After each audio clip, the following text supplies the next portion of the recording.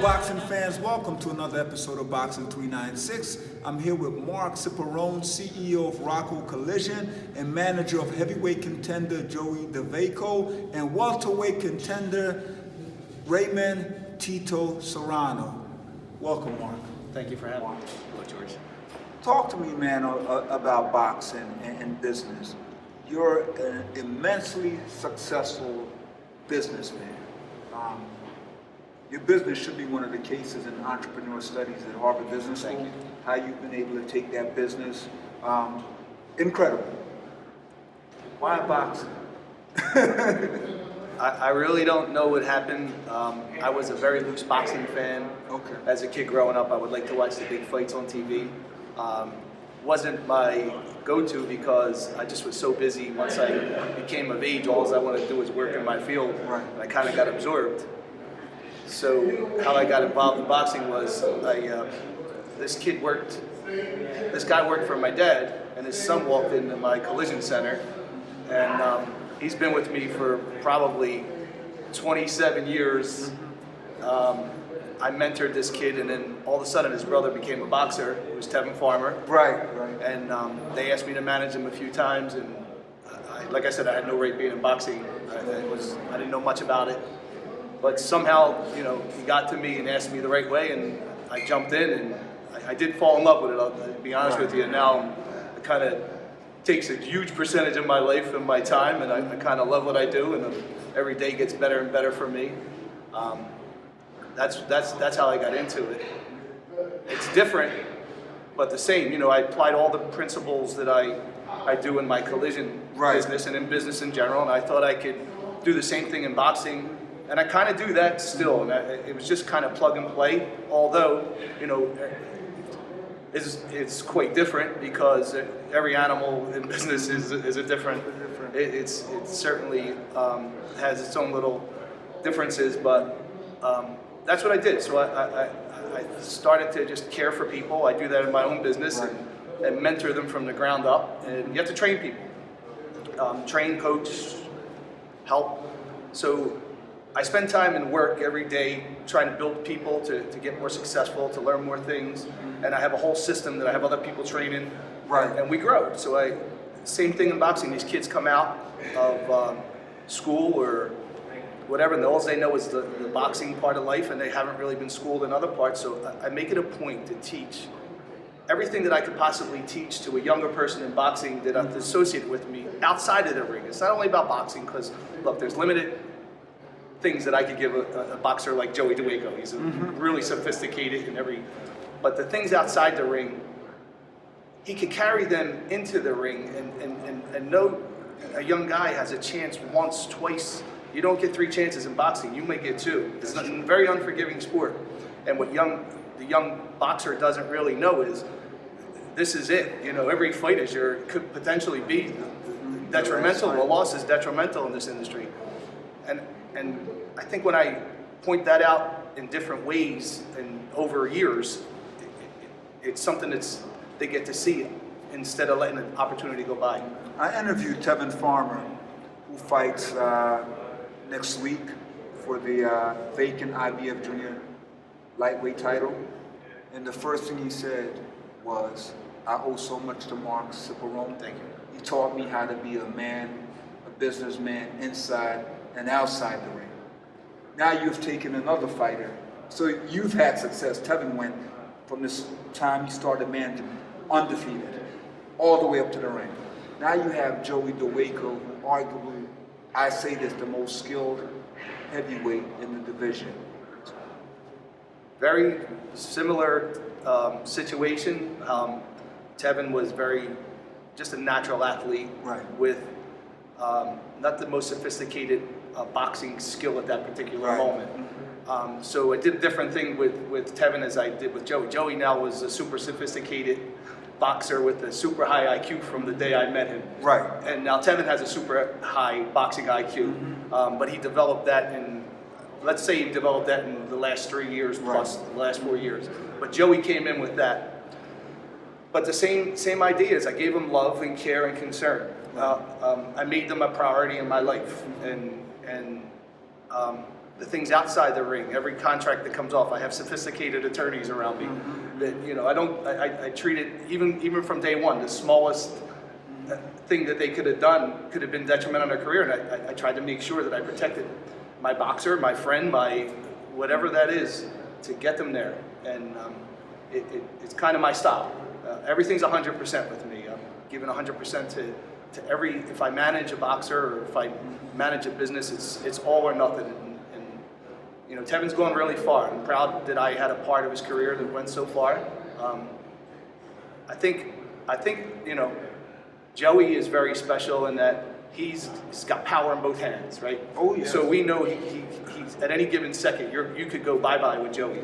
And his boxing skill is so elevated that he could switch it at the dime. But so we got together, and he wasn't training, like he said. So we put a plan together for him. And I think the commitment that I made to him, he made back to me, where he wouldn't have made it to himself maybe, somehow. And he dedicated himself, and he started to have great success with knockouts when he got with me. I had nothing to do with it other than spend time with him. He trained, he did his thing, but I think his confidence got so high, and that he realized he could give all for many rounds instead of trying to save himself throughout the fight. Because now he's training. Now he's in shape. And that wasn't me, it was him, but it was our connection. I think about 3 years or 5 years from now, when people look back, they're going to say you were a genius for signing Joey Vaco because of the talent level, and how did people allow this young man to wander so much through the boxing wilderness without having a manager? Yeah, you know, when Joey had came to ask me if I had interest with him, I didn't know much about boxing again, and I just had to talk to him, and I fell in love with the kind of a person he was. You know, if you talk to Joey for a few minutes, you know he's a good human being, and I knew he had skill. I knew he had an elevated skill. I just think he needed someone around him to kind of show him you're important, and you know, you need to focus. But there's so many distractions in life that these boxers have, and they can't afford to do. It's not that the money was everything, but it's important too, because you need to have a few dollars to help somebody out. I think that's a part of everything. And then he did what he had to do, and we're close. What's the game plan going forward? You have this big fight for the WBC Feature Box Heavyweight Championship. What's the game plan for 2018? Very important year. I think this fight's important because he's been mentioned for many fights. Big fights lately, and maybe because he's not in the top 15 or close enough to it, that he would have been a good choice. So now this fight and this title, this fighting for the Figure Box title, hopefully it allows him to qualify for a bigger name, a bigger fight. And I think he deserves it, but he needs to win this fight, which he will. And then anyone who comes along with the right opportunity, we're going to say yes to, because you know Joey could fight anyone in the world, and I think he's ready to, more ready now than he's ever been. And I think opportunity is right around the corner. Okay. I think he needs to be back on Showtime, Yep. HBO, Fox Sport. If the world saw Joey Vaco, then people will understand why I'm so high on him and Thank you. why you see all this talent. He's very special. He can really move in that ring, and he can cause harm to every boxer out there in the division. We know that. So I think he's always fun to watch too. I don't think there's a fight that goes by that Joey Vaco doesn't, you know, show the fans I'm a worthy talent to be on national television. People, and I see the similarities. You run Rocco Collision. You have 5 stores, 3 in Jersey, 2 in Pennsylvania or Philadelphia. You're a boxing manager. So I always jokingly tell people you're really in the collision business. In both aspects. Before we wrap up, talk to me about your business, man. Free advertising for Rocco. Great.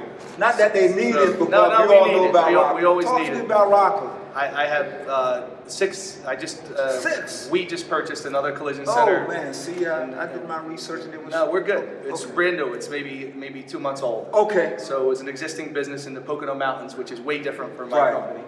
And I actually have 10 people locally, Philadelphia, Southern New Jersey, living in Lake Harmony, trying to get this place up and running and make it a Rocco's. But have a great company, built a team of tremendous people that just give their all. I scratch my head and say how lucky and fortunate I am to have people help me get to this point in life, and just love what I do. We fix cars for a living, collisions. We do excellent work, and we care for our customers a lot, and I'm just looking to build that alongside with the boxing and whatever else comes along the way, but it's enjoyable. Everything is enjoyable. I also have Raymond Serrano I manage. Right. WBC. I'm glad you mentioned Speaker box title. Super proud of this kid. Very humble kid, another, just a great human being, but a hard worker, and finally he's finding his own way again in boxing. He was a standout amateur, and everybody had wonderful hopes for Ray. And he was the best amateur coming. He sure was. People talked about Raymond Serrano before they even talked about Danny Garcia. Right, and so he was supposed to do great things. Right. And had a couple fights that were pretty tough for him, and he took a little break, and then we met up together maybe 4 years ago. Right. Put him on a track, and he had a fight 2 or 3 fights ago with Alex Saucedo, and that was a defining moment for both of us, manager, and you work so hard with somebody, and he gave his all that fight. He laid it on the line, and I think he found himself a new Ray Serrano, and that's the Ray Serrano that has been showing up to the game, to the fight, his last 3 fights, and he's going to be a problem out there, and he's going to get a chance. I manage him alone. I don't have a promoter working with me, which I'm pretty happy about right now.